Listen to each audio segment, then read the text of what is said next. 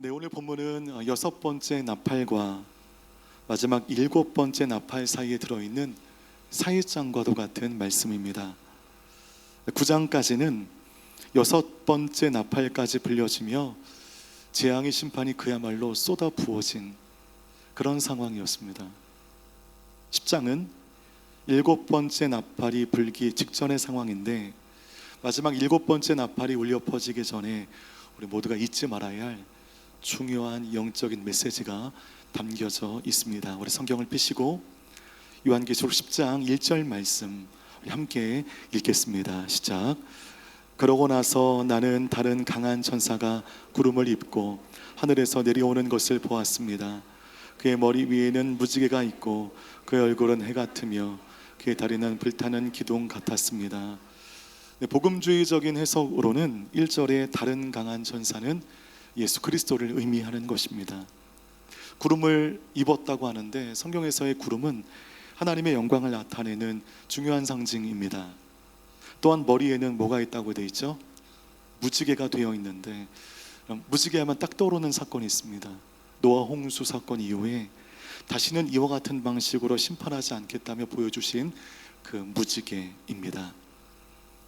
또한 얼굴은 해 같다. 변화산에서 변묘하신 그 예수님의 그 모습을 또 보여주고 있습니다. 그의 다리는 불타는 기둥이다. 심판의 주체이심을 나타내고 있습니다. 우리 연이어 2절 말씀 함께 읽겠습니다. 시작. 그의 손에는 작은 책 하나가 펼쳐져 있고 그의 오른발은 바다를 밟고 있으며 그의 왼발은 땅을 디디고 있었습니다. 그의 손에 작은 책 하나가 펼쳐져 있는데, 여러분 그 책이란 어떤 책이겠습니까? 성경을 말씀하고 있겠죠. 그 당시에는 두루마리 형태의 구약이었을 텐데 여러분 이 이미지가 잘 그려지지가 않습니다. 과연 어떤 모습일까? 이럴 때 AI의 도움을 받을 수가 있어서 제가 1절, 2절을 쓰면서 좀 앓는 소리를 했어요. 도무지 이게 어떤 그림인지 모르겠다. 머릿속에 그려지지 않는다고 하니까 AI가 진정하세요. 제가 잘 그려주겠습니다 하고 그려준 그림이 이와 같습니다. 장엄한 그림이죠. 누가 봐도 영락없는 예수 그리스도의 모습인데, 그가 이제 곧 마지막 나팔이 불려지며 이제 심판이 시작된다는 것을 선언하고 있습니다. 그것을 채석장의 사도 요한이 환상으로 보고 있는 것입니다. 바로 그 순간에 하나님의 음성이 사도 요한에게 들려지게 됩니다. 우리 8절과 9절 말씀 함께 읽겠습니다. 시작. 하늘에서 내게 들려왔던 음성이 다시 내게 말씀하셨습니다. 너는 가서 땅과 바다를 디디고 서 있는 천사의 손에 펼쳐져 있는 책을 취하여라. 나는 그 천사에게 가서 그 작은 책을 내게 달라고 했습니다. 그러자 그가 내게 말했습니다. 이것을 가져다 먹어라. 이것이 내 배에는 쓰겠지만 내 입에는 꿀같이 달 것이다. 자, 하나님께서 음성으로 그 강한 천사의 손에 있는 그 책을 취하라고 말씀하십니다. 그 음성을 듣고 그 강한 천사에게 조심조심 다가가 하나님의 음성을 전달하고 그 책을 달라고 하니까 천사가 말하기를 이것을 가져다 뭐라고 했습니까? 먹어라 라고 되어 있습니다. 이 책을 먹으면 네 배에는 쓰겠지만 내 입에는 달 것이다 라는 아리송한 말씀도 덧붙였습니다. 보통 여러분 좋은 약이 입에 쓰고 몸에 나쁜 것이 되게 입에 달다라는 표현이 있는데 마찬가지입니다. 이는 여러분 하나님의 말씀을 받아들이는 것이 내 영혼에 희열을 주고 많은 영적인 열매를 맺혀지게 되며 그러므로 달콤하지만 세상 가운데 그 말씀을 전하고 살아내는 것은 매우 고통스럽다는 것을 말씀해주고 있는 것입니다. 그래서 우리는 늘 말씀의 은혜만 달라고 추구하고 기도할 때가 있습니다. 입에 쓴 고난과 시련을 우리가 원하지 않습니다. 은혜만을 요구하는 것이죠. 여러분 음식을 먹으면 그 음식이 우리의 몸의 일부가 되기 때문에 좋은 음식을 가려 먹는 것이 건강에 도움이 됩니다. 마찬가지로 말씀을 먹는다는 것은 그 말씀이 내 안에 인격화되고 그 말씀과 합일된 삶을 살아간다는 것을 표현하는데, 그렇게 나의 인격의 일부가 된 진리를 나의 삶 속에서 자연스럽게 드러내는 것이 증인된 삶이고, 바로 그것이 신앙임을 우리 이 말씀이 우리에게 알려주고 있는 것입니다. 여기서 우리는 세 가지의 중요한 메시지를 찾아낼 수가 있습니다. 우리 첫 번째 메시지 함께 읽겠습니다. 시작. 말씀은 머리로만이 아니라 삶 속에서 실천해야 된다. 여러분, 실천하지 않는 신앙은 곧 썩게 되고, 실천하지 않는 신앙은 시간이 지남에 따라 형태만 남게 됩니다. 경건의 모양만 있고 경건의 능력을 상실한 바리새인화 되어진다는 것입니다. 그래서 여러분, 말씀이 실천되지 않으면 그 신앙은 교양화가 됩니다. 우리 인생 가운데 아무런 영향을 줄 수 없는 단지 좋은 교양의 종교, 이렇게 된다는 것이죠. 두 번째 메시지가 있습니다. 함께 읽겠습니다. 시작. 쓴 체험 속에 진짜 하나님의 뜻이 있다. 달콤한 우리의 삶의 열매가 아닌 우리 일상의 쓴맛을 볼 때, 고통을 겪을 때, 시련을 겪을 때 그 쓰리쓴 일상의 껍질을 벗겨보면 그 안에 하나님의 놀라운 뜻이 숨겨져 있다는 것이죠. 여러분 두리안 좋아하시죠? 저는 개인적으로 가까이 하지 않는데, 여러분 그 껍질이 얼마나 날카롭고 껍질이 얼마나 두껍습니까? 여러분 그 두꺼운 껍질을 깨면 그 안에 천상의 맛이 있다고 하는, 저는 알지 못하겠지만 많은 분들이 정말 과일의 제왕이라고 말씀하지 않습니까? 이 하나님의 뜻은 고난과 시련의 쓰디쓴 일상 속에 가려져 있다는 것이죠. 그제 한 집사님의 가정을 신방하며 대화를 나누면서 평소에 미처 깨닫지 못했던 아주 깊은 성경의 진리를 함께 나누게 되었습니다. 집사님께 허락을 받고 그 내용을 함께 나누도록 하겠습니다. 보통 교육자가 신방을 가서 그 가정을 축복할 때 이게 습관처럼 쓰는 구절이 하나가 있습니다. 그것은 시온의 대로라는 구절입니다. 하나님, 우리 집사님 사업에 시온의 대로를 열어주십시오. 하나님, 이 가정의 자녀들의 삶에 시온의 대로를 열어주십시오 라고 하면 기도하는 저의 마음도 좋고 기도를 받으시는 여러분들의 마음도 좋으시죠. 왜냐하면 시온의 대로라고 하는 그 구절이 주는 뉘앙스 때문입니다. 어떤 것을 염두하고 기도할까? 마치 성공으로 나아가는 지름길, 축복이 보장된 포장도로처럼 탄탄대로, 이런 길을 우리가 늘 기억하면서 기도하고 기도를 받습니다. 우리는 보통 시온의 대로를 그와 같은 의미로 알고 좋아합니다. 그런데 이제부터 그 문구를 쓸 때 이제는 좀 신중해야 될 것 같습니다. 여러분, 시온의 대로는 그와 같은 성공의 지름길, 아무런 고통이 없는 탄탄대로의 의미가 아니라는 것입니다. 정확한 성경의 영적, 지정학적 의미로 볼 때 우리가 익히 알고 있는 그 뉘앙스가 아니었다는 것을 알게 되었습니다. 시온의 대로는 예루살렘 남동쪽의 시온산을 가리키는 것으로 다윗 왕이 여부수 족속과의 싸움에서 빼앗은 땅을 말합니다. 이후에 이곳에 시온성이 세워지며 하나님의 임재가 머무는 성전을 상징하는 용어가 되었습니다. 그래서 여러분, 시온의 대로로 나아간다는 것은 성공이 보장된 탄탄대로로 나아간다는 의미가 아니라, 먼저 우선되어진 의미는 하나님의 임재가 있는 곳으로 믿음으로 나아간다는 그런 의미라는 것이죠. 더구나 여러분, 시온의 대로는 우리 머릿속에 있는 것처럼 평탄한 탄탄대로의 땅이 아닙니다. 평지에서 시온의 대로로 나아가는 길은 결코 만만치 않은 지리적인 위험이 있는 땅이라는 것이죠. 이 길은 낮고 메마른 여리고 평지에서 시작하는데, 여러분 여리고 평지는 여러분 그 수면 아래에 있는 아주 낮은 땅입니다. 낮은 땅에서 시작하여 험준하고 더운 광야 언덕을 지나 시온산까지 오르는 숨이 턱턱 막히는 험준한 길을 시온의 대로라고 말하는 것이죠.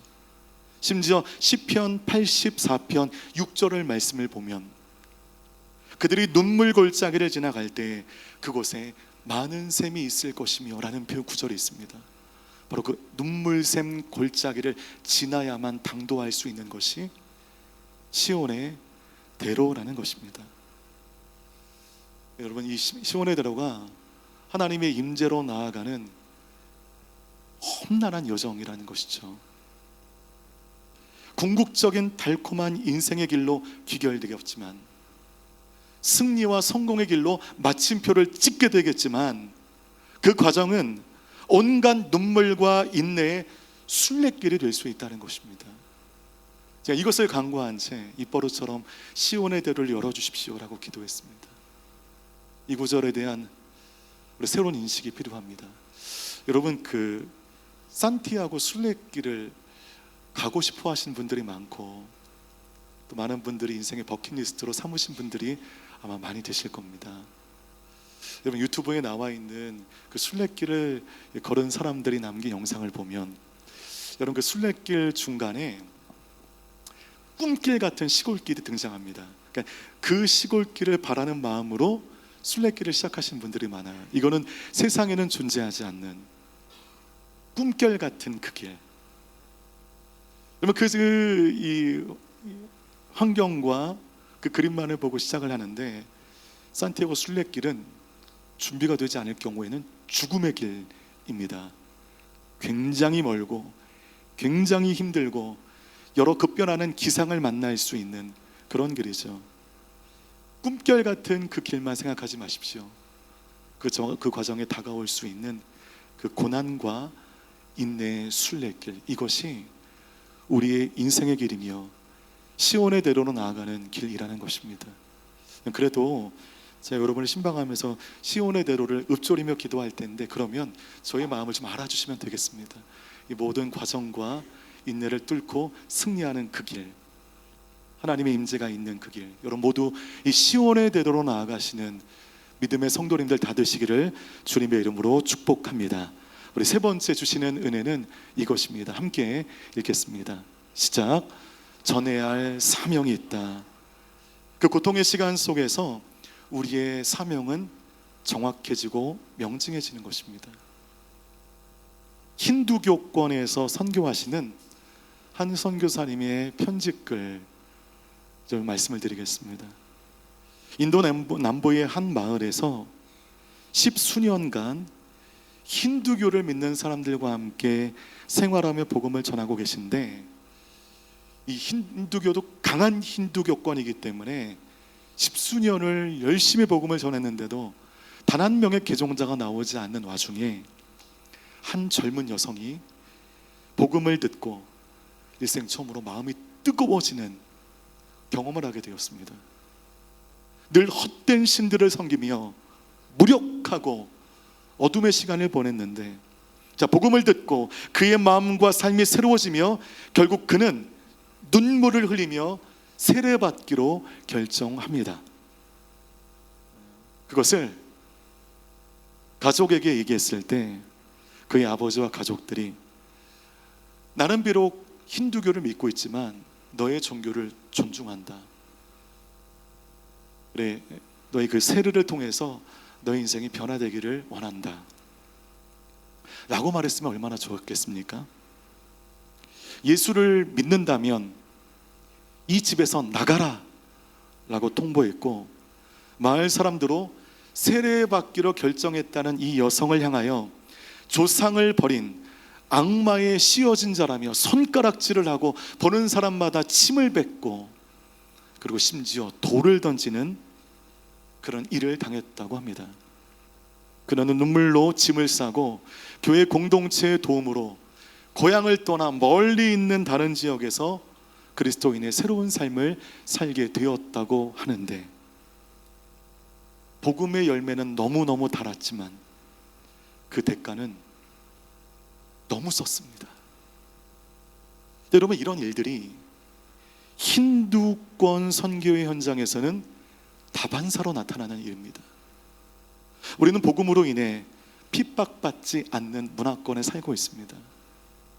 그러나 힌두권, 이슬람권, 불교권 등 공격적인 종교성을 가진 선교지에서는 복음의 쓰디쓴 대가가 일상적으로 나타난다는 것인데, 여러분, 이런 쓰디쓴 대가를 치르면서까지 달콤한 영적 열매에 기뻐하실 수 있겠습니까? 어려울 것입니다.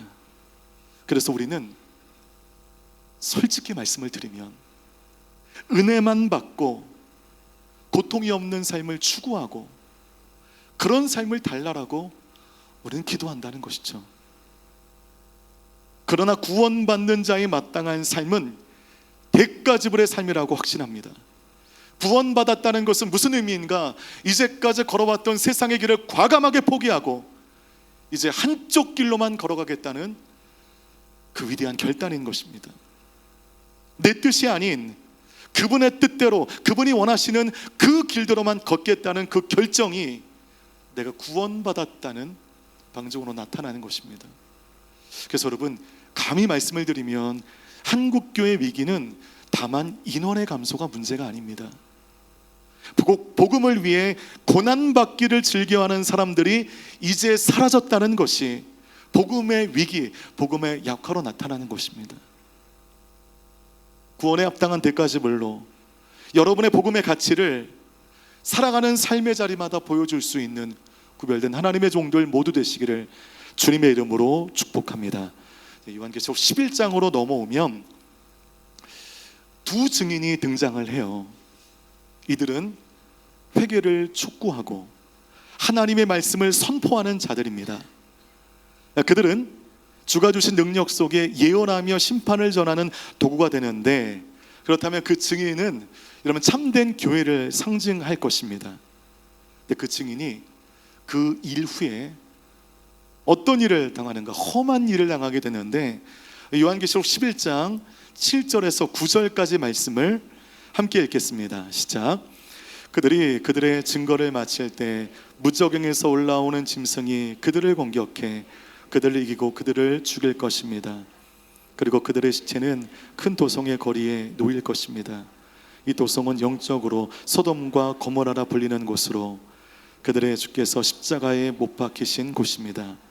백성들과 족속들과 언어들과 나라들로부터 온 사람들이 3일 반 동안 그들의 시체를 구경할 것이며 그들의 시체를 무덤에 장사하는 것을 허락하지 않을 것입니다. 여러분, 이 증인이 무저갱, 지옥이죠. 무저갱에서 올라온 짐승에 의해 죽임을 당합니다.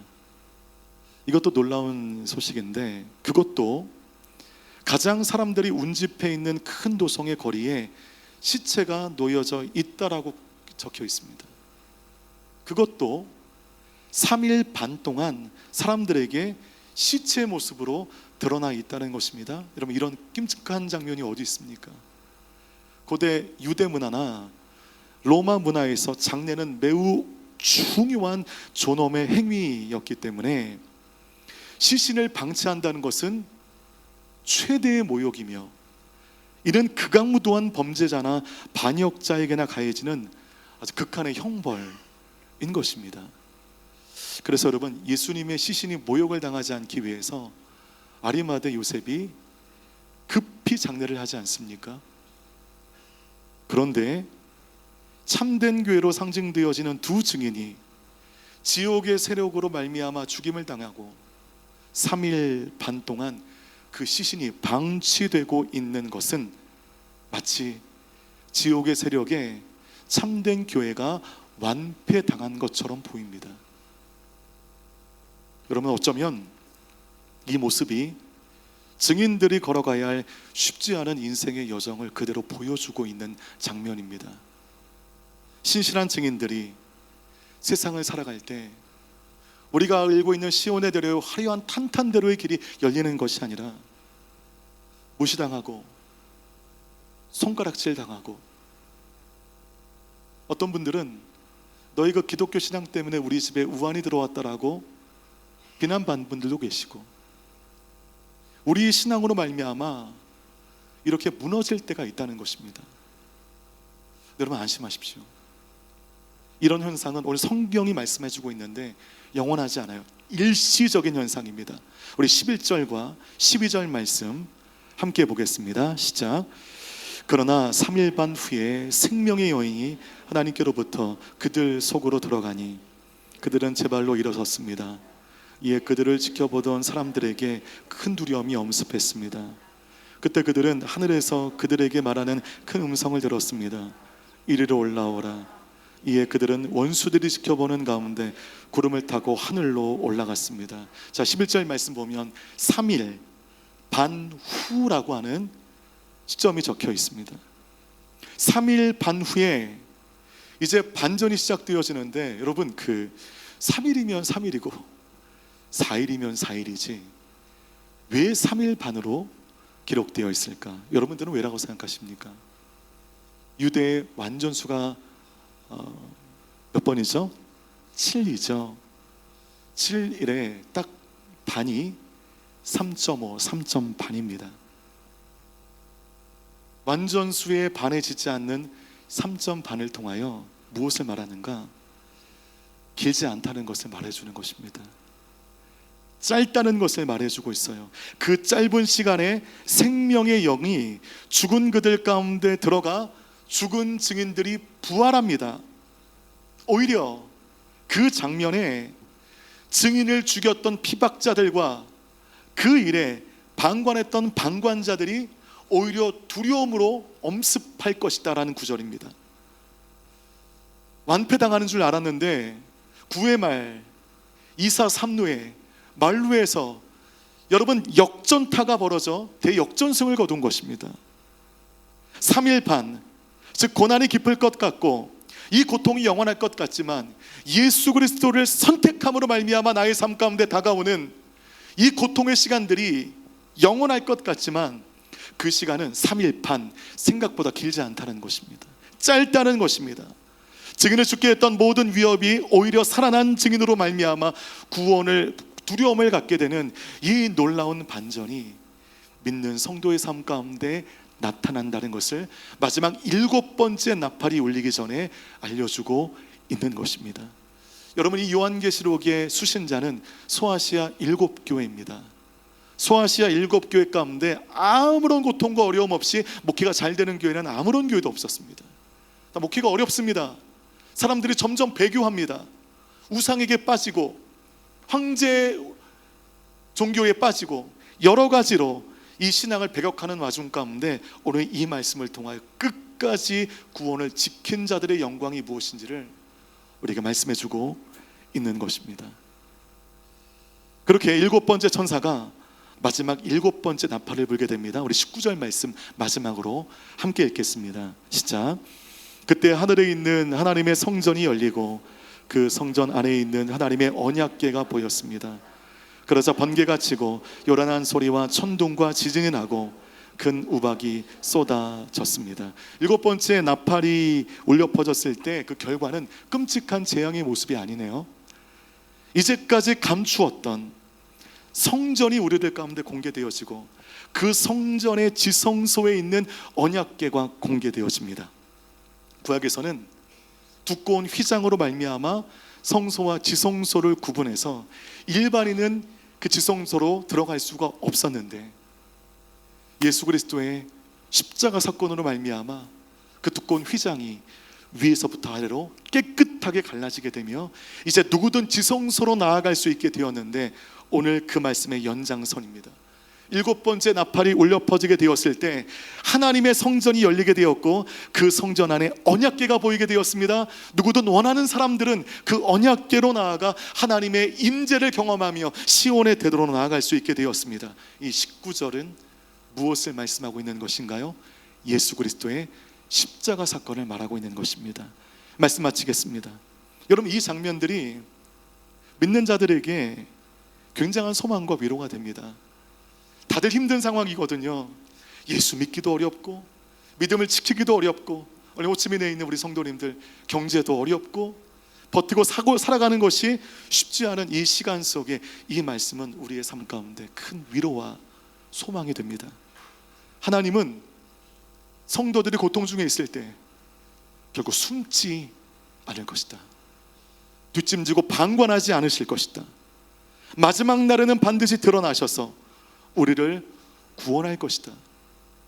세상의 악과 불의가 이 땅을 관할하고 이 땅은 악의 원칙 가운데 나아가는 것처럼 보이지만 하나님의 언약은 열리고 그분의 나라가 승리하고 그분의 원칙이 이 땅을 사로잡게 될 것이다. 여러분, 지금을 타국에서 살아간다는 것은 만만치가 않습니다.